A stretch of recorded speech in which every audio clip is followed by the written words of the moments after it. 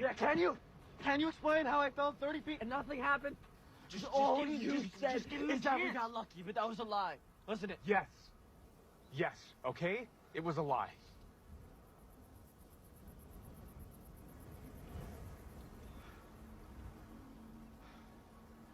Look, that ship brought me to Earth. Landed here in Smallville, right? In those cornfields over there.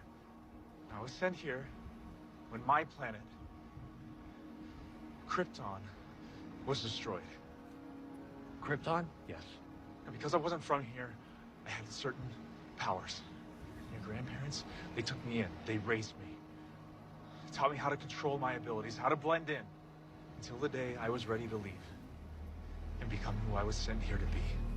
You're saying you're Superman? No, I've seen Superman before. We've seen him.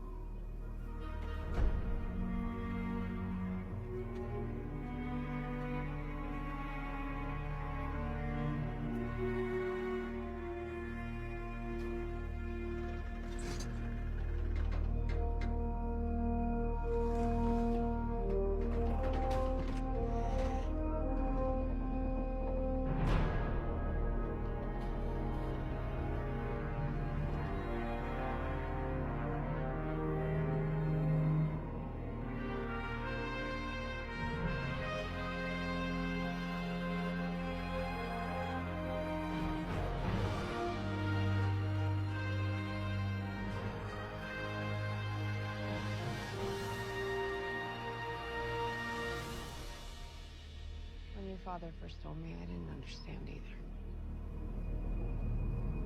I understand.